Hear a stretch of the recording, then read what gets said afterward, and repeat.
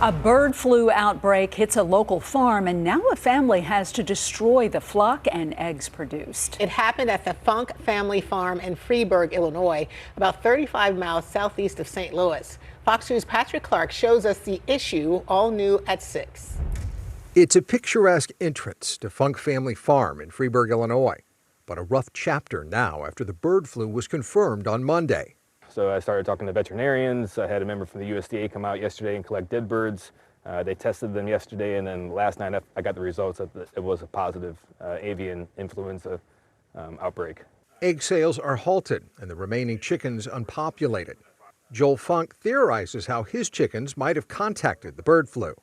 It's most commonly transmitted in close proximity, as one animal breathes on another animal. It can hitch a ride on particulates, so like spittle or dirt or dust, but it's got a very short life outside of a host.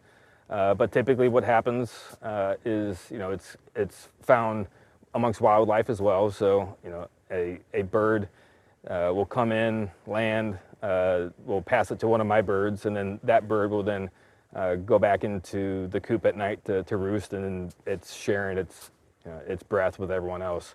There were once 600 chickens between these three shelters. Starting over during the holiday season is what this farmer is going through. It's not easy watching a bunch of birds that you raise from chicks, just all of a sudden just not be here. And the harder part is watching them suffer. My favorite chicken died yesterday. She'd been around since I started, and I only had about 6 that had names, and she was one of them. It was Bobby. In Freeburg, Illinois, Patrick Clark, Fox 2 News.